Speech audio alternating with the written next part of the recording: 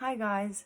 So this is something that I have been wanting to do for a while, which is share my story. So I don't know why, but every time I start to get the courage to share my story, share my testimony, and all of the ugly stuff, there's this piece in me that wants to just draw back inward and kind of um box up everything as just like that's not important right now, that's not necessary, no one cares, what's the point, things of that nature. And I just want to say that that is a normal thought. If you are somebody that you have those thoughts, I believe that that's something that we can relate on, because I think that it's easy to talk about the good stuff, right? And things of this nature. I fear the outcome of what that looks like if I put all of my stuff out on display. And so right now in this moment, I'm just letting that go. And I'm gonna choose to just do it anyway, because it's who I am. So if I'm gonna be on social media all the time, if I'm gonna be posting as it is, why would I not share this piece of me? There's no reason not to. So I would say the first event that took place in my life that was on the end of, traumatizing, and not so much in the moment, but later on when I reflect back, now being 24 years old, I'm like, for an 11-year-old, 12-year-old to go through that, that's not normal. And so what that is which is common, but we're going to start here, is my parents had got separated. And around that same time, my mom came to terms with the fact that I'm an alcoholic. She's an alcoholic and was a drug addict. And so she decided to engulf into this new journey of recovery, which was awesome at the time that she made that choice for herself. But while she did that, I believe she was discovering herself, and she came to terms with that her marriage with my father just wasn't working out. In my household, it wasn't a household where there was yelling, fighting, arguing. Like, that didn't happen. So I was just more so confused. So me and my brother, I have a brother, we are 6 years apart. So at the time, he was about 6, I was 12. And we got into this routine of going back and forth. When my mom was in her using, she was a functioning, what they call a functioning addict, alcoholic, meaning there were no like red flag signs. It's not like I grew up in an environment where my mom was falling over every night. Absolutely not. But it didn't mean that she wasn't struggling. She was. And so while all that is going on, I am 14 years old. 13, 14, 15, around that bracket of time, those ages.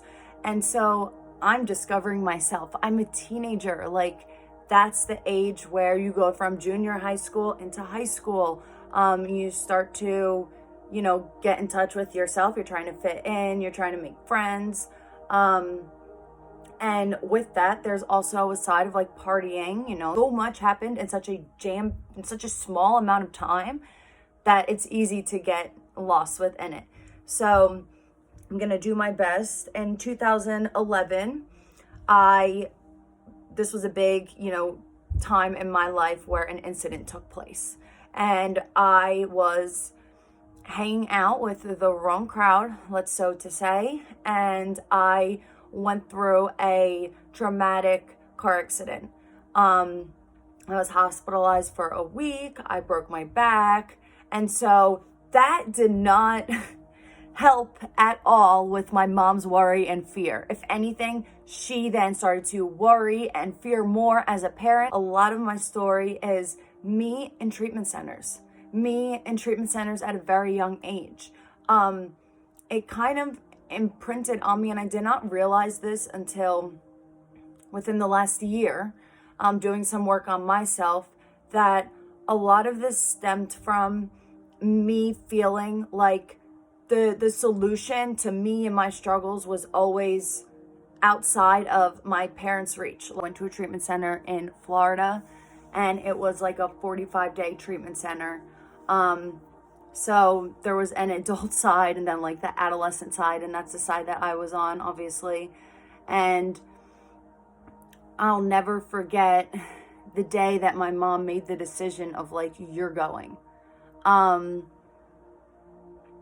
like, you could just imagine, like, at that age, like, I mean, I couldn't imagine until I was in that situation of like, oh my gosh, like my mom is sending me to a treatment center, like an away one. I can't say what they teach in these treatment centers is you never touch a drink again.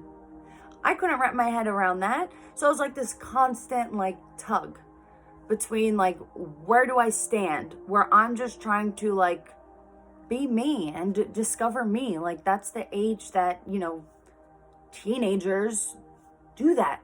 And it just felt like back to back to back to back to back was always something that there was no room for me to just breathe and really have a willingness to want to get better. And I remember the following year when school started up, I was actually late in the school year of my sophomore year or junior year, I think sophomore year. And I was late because my treatment kind of overflowed into the beginning, the first month of the school year. And so I remember coming back to school and it was like, you know, I felt like I had that tag on me that labeled like, I go to rehab, like I'm a rehab person. And I don't know what people at that time thought. I don't know what conversations looked like between other girls in my class. I don't know exactly what all that looked like, but looking back, I can imagine. It made me feel like I was different.